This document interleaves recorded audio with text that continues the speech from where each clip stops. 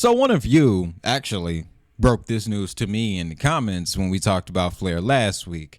And then it took a couple days for you today to put it in print. So I just want to tell you, you need to get you a job in crypto journalism, my boy. But the Flare Network, alongside Anchor, has enlisted more companies into their big data bucket, their data repository. We're talking about Anchor, Figment, Restake, and Northstake have just become validators and data providers for Flare's native oracles. Now, if you don't know what any of that means, essentially, outside of bringing smart contracts to the rest of the world, Flare can also provide data oracle services. And yes, it's much like Chainlink, but if you're trying to make a little money, you want to get in Chainlink or do you want to get in Flare?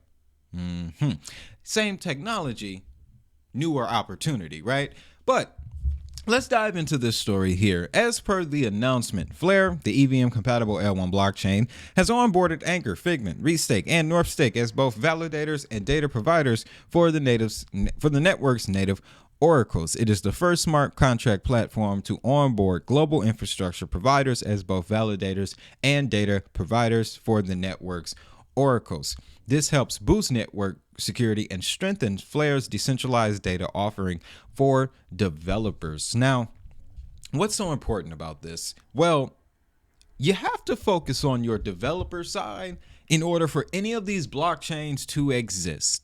And the biggest issue right now is that some of these blockchains, they're only coding in languages that only a select group of people know. What happens when we enter a world where the coding languages are a lot more broad and a lot more understood by many different people? Then we're going to start getting applications on the blockchain that and at first will not make any sense, but down the road they will bring immense value, right?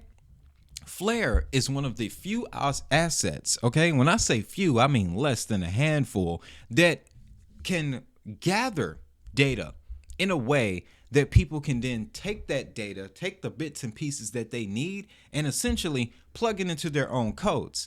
And also, when it comes to price discovery, things like that, the numbers, verifying the numbers, that's another advantage that Flare has. These components are important because if you're building out a blockchain, there are key elements that you need to track and measure over time, or you're pretty much not going to go anywhere. You're going to be spinning your wheels and end up like a meme coin. Flare, like I said, one of the handful of assets that makes that data measurement process a lot easier. And it's essentially like having your, if you run a store or you work at a retail store and all of the little receipts that come in and out. Now, depending on where you work, some people like to pin them next to the register. I personally hated that. Or there's a box or a safe that some of those receipts go in, then they have to be separated by credit, debit, check, whatever, however people use them. It becomes a hassle. What if you had one thing that could reduce all of that? So now you're saving money on the safe, you're saving money on that little pin thing for the receipts, you're saving money on the paper. And as a business owner, if you can cut those things out, you're bringing in more money. It may seem small on the surface, but once you really get down to the meat and potatoes of it, it's a lot of value in that, because again, you're saving money, which will allow you to make more money. Let's finish this out, guys. So for all new validators, Flare becomes the first platform to index their data feeds. By combining validation with data provision, Flare will be able to give developers fully decentralized access to the broadest range of data at scale for a minimal cost. With this announcement, Flare reaffirms its commitment to expanding what is possible with blockchain, enabling new cases through the provision of a far wider variety of decentralized data. Now, I want to jump back in here because I want to make a point about Anchor. I remember, as a matter of fact, my wife pointed this out to me. We were watching a football game, and in one of the stadiums, I cannot recall right now, but I want to say it was in Tennessee or Seattle. Either way, Anchor has advertising in these buildings. Okay, Anchor, the Anchor protocol, ANKR, has advertising in major sporting venues all over the United States. And I do not recall seeing that reported on at all. That is very interesting. What Anchor does is they provide APIs, right? APIs are very crucial to the development process. They make it easier. These are application programming interfaces. We talk a lot about them when we discuss payments, cross-border payments, how institutions and banks are able to connect with blockchain networks. They do it through APIs. What Anchor brings to the table is allowing these APIs to be created for not just payments, gaming, supply chains, DeFi, really whatever you want to come up with, they can tailor an API for you. As a matter of fact, they just did it recently with the XDC network, creating APIs tailored to trade finance, which is just going to make the XDC network run even faster. Yeah, I saw that development, man.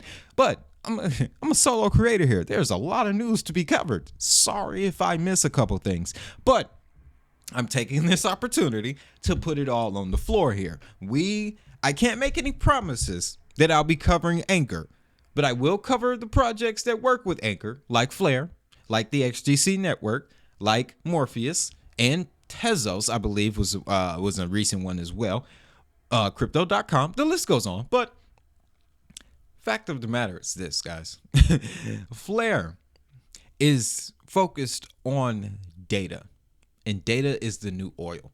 And this relationship that they are building out with Web3 infrastructure providers like Anchor, like Figment, like Restake, and Northstake, which Restake and Figment are institutional. They're not a crypto or blockchain-based company. They're institutionals that are looking to get into crypto and blockchain.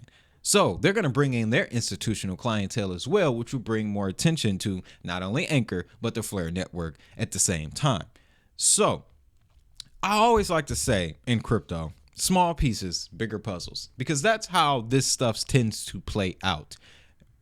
When I got into the space, guys, I'm telling you, none of these narratives that we're seeing right now, they were just small whispers, guesses. All right, guesses. That these things would happen, but fortunately, here we are.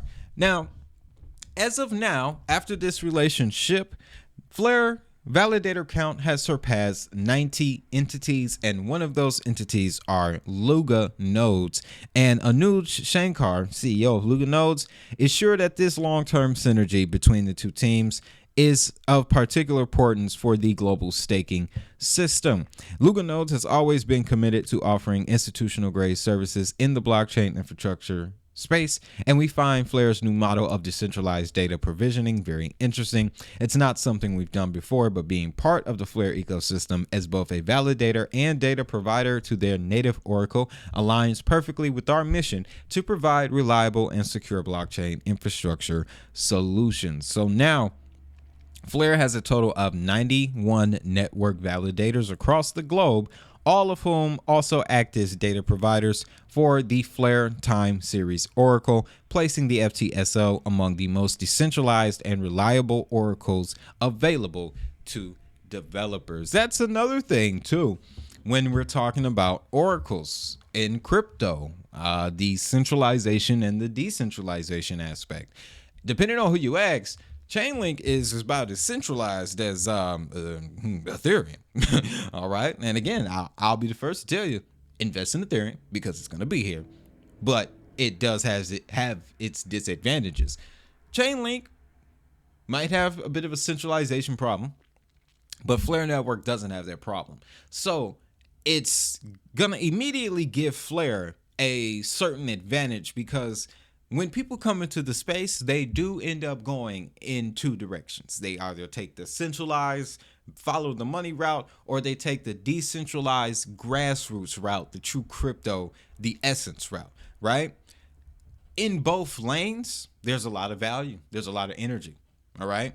Flare Network is appealing to that decentralized grassroots, the essence of crypto. So I like that, all right? With that, though, that's all I got. Let me know what you think down in the comments. As always, you know what I want you to do more than anything else. It's have a great day. Have a prosperous day. And always remember that if that money is digital, so is the hustle.